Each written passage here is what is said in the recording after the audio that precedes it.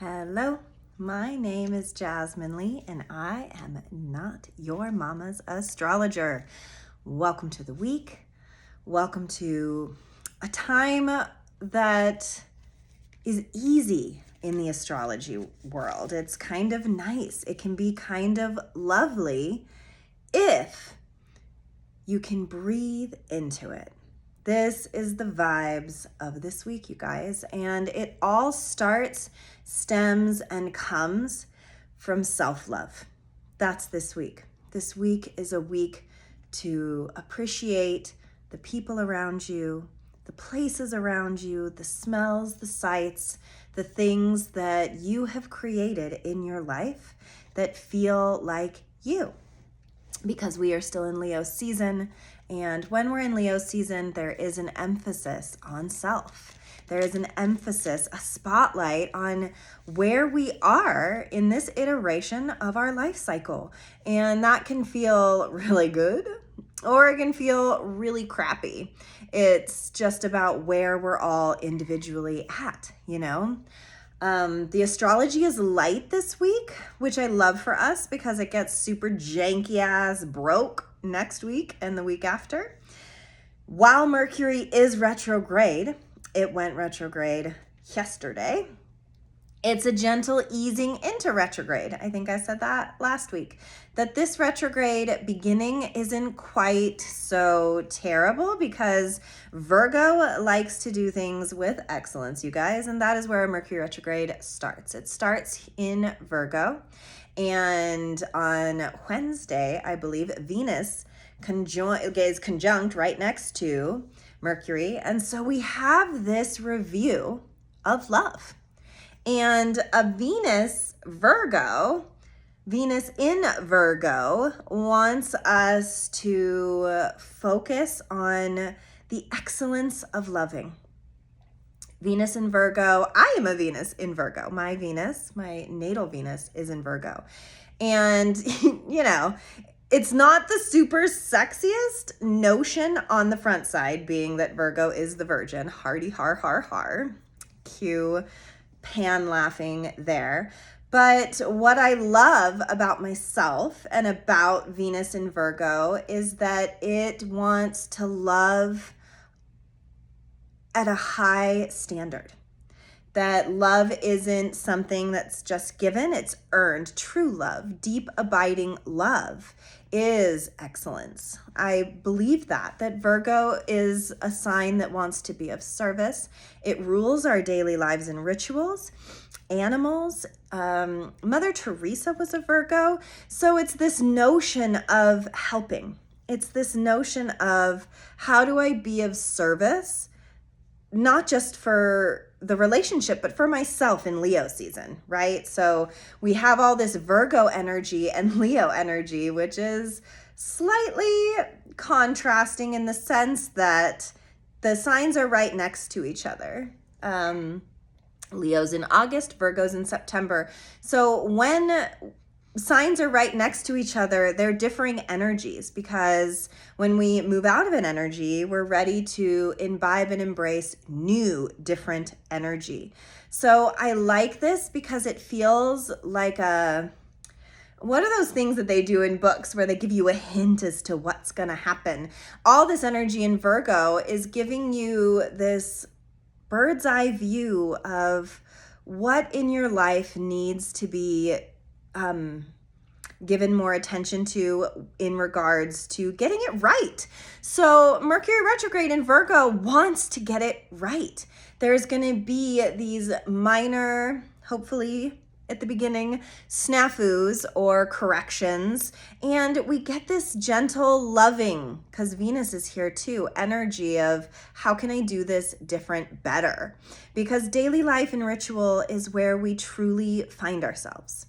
Whenever we're getting spun out about big picture stuff, big life changes that are scary, big energy coming at us, which is the next couple weeks, it's so important to embrace the moment of calm inside of ourselves and inside the universe. And there's so much inside a star, so much inside ourselves, so much inside what makes things work that don't have anything to do with what it appears to be on the outside.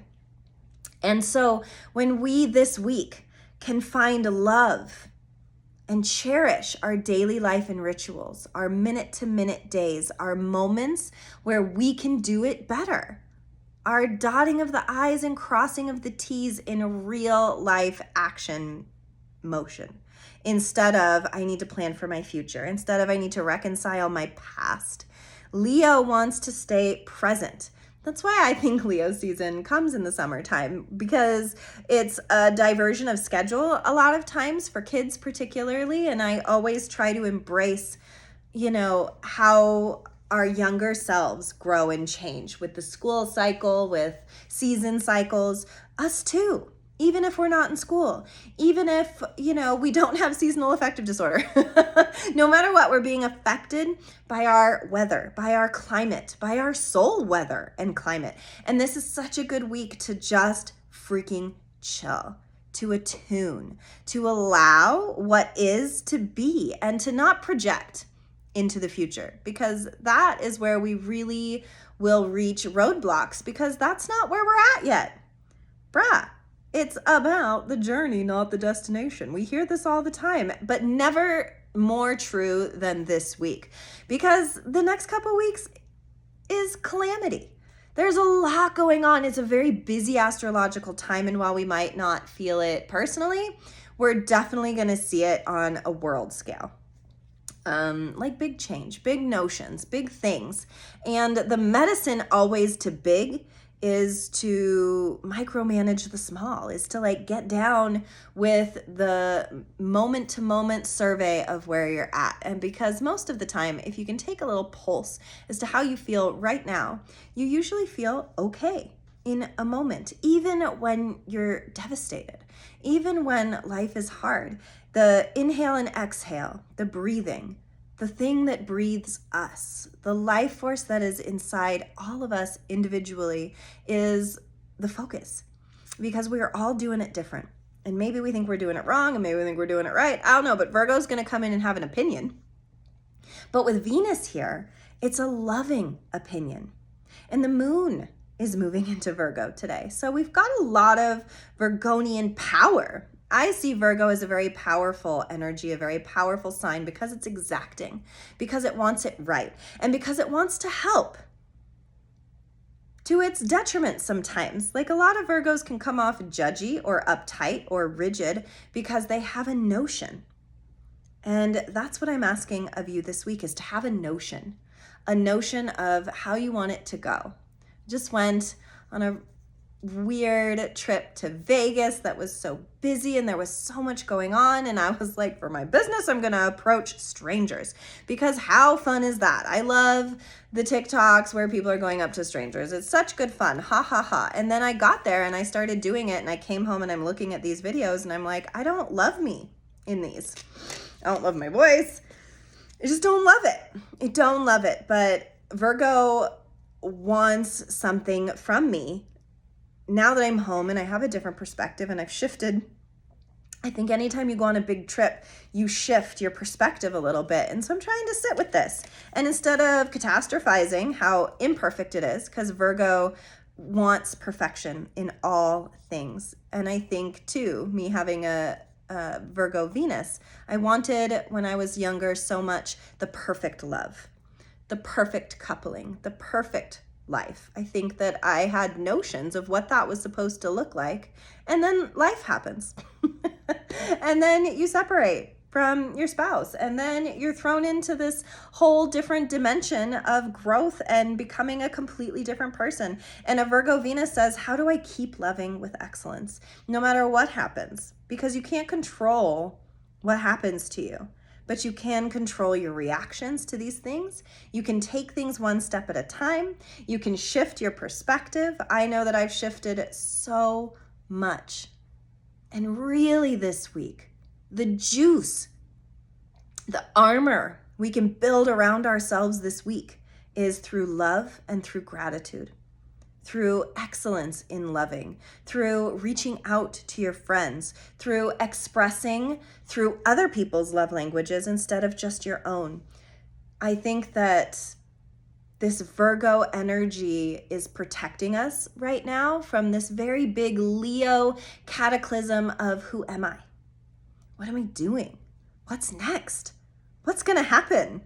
Because we don't know, especially on an election year. The I don't know conundrum comes up so much more because there's so much derision online, in the collective, and we feel that, we're not solitary structures. We are malleable, energetic beings that pick up on other people's energies, on other people's motions and feelings.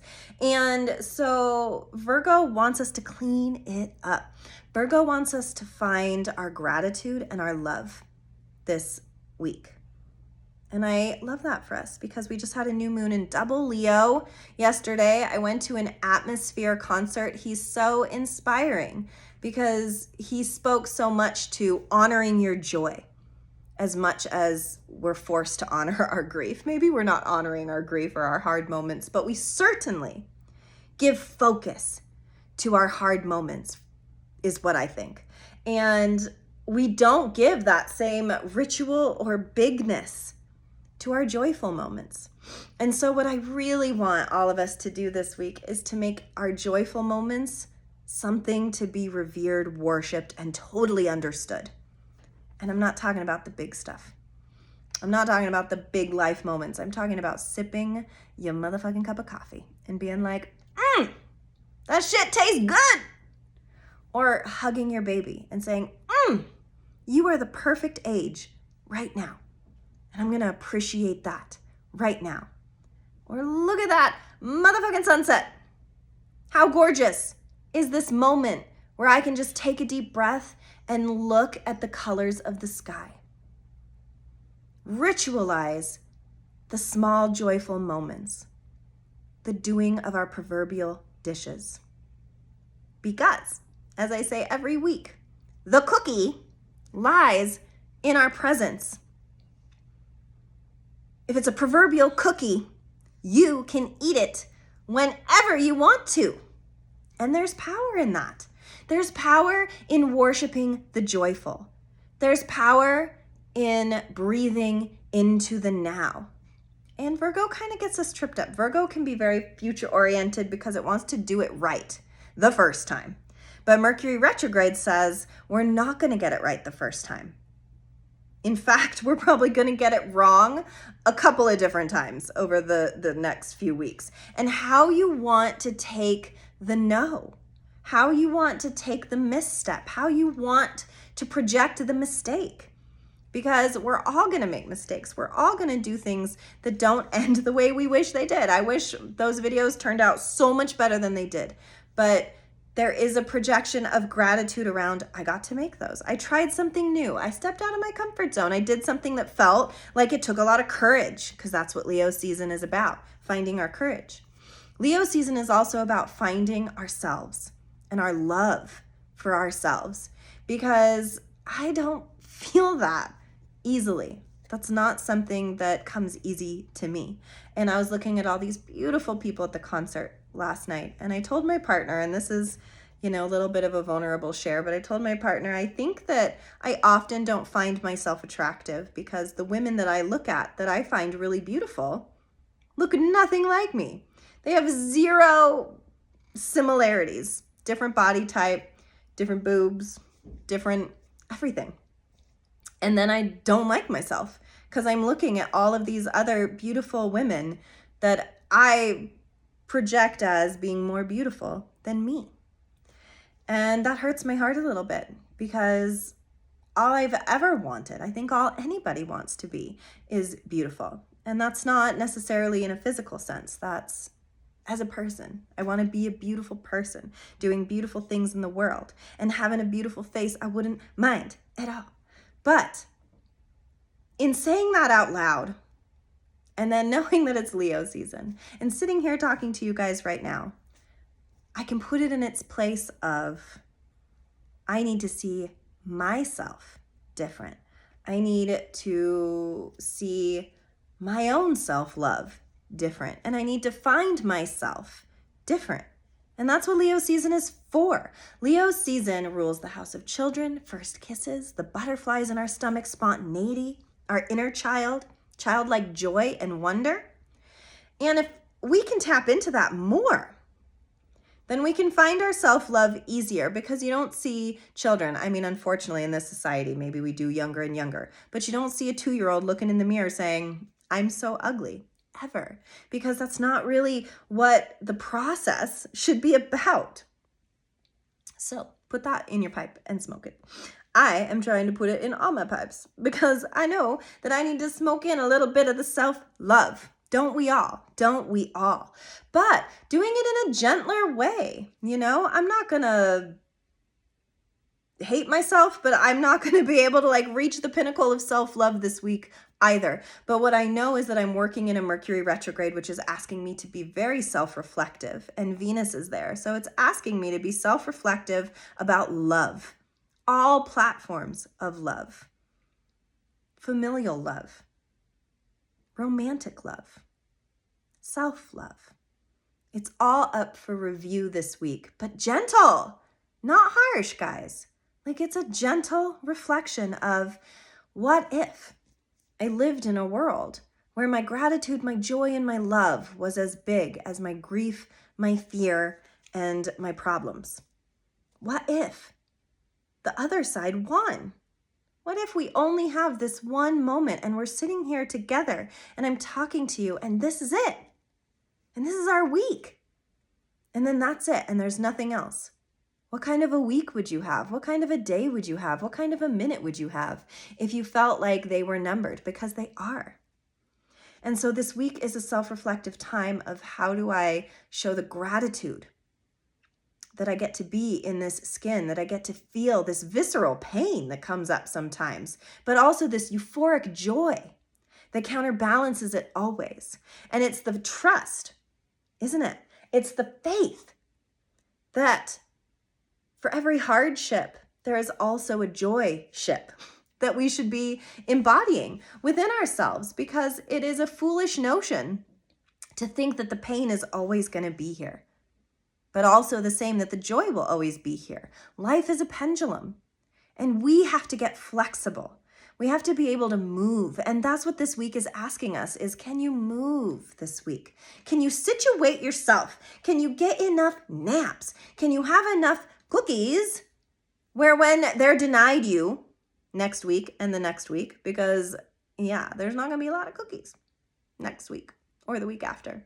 How can we get all the cookies this week so we're nice and full? What do they call that? It's a mesomorphic way of life. When you kind of pack on the weight so that you can survive the winter.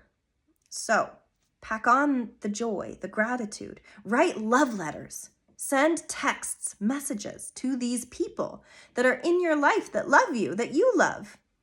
Think about someone that really has changed your life and you have not reached out to them in a very long time. And reach out to them, because energy matches each other. Like follows like. And when we start walking down our gratitude paths and our loving selves and our giving selves, then we get it back.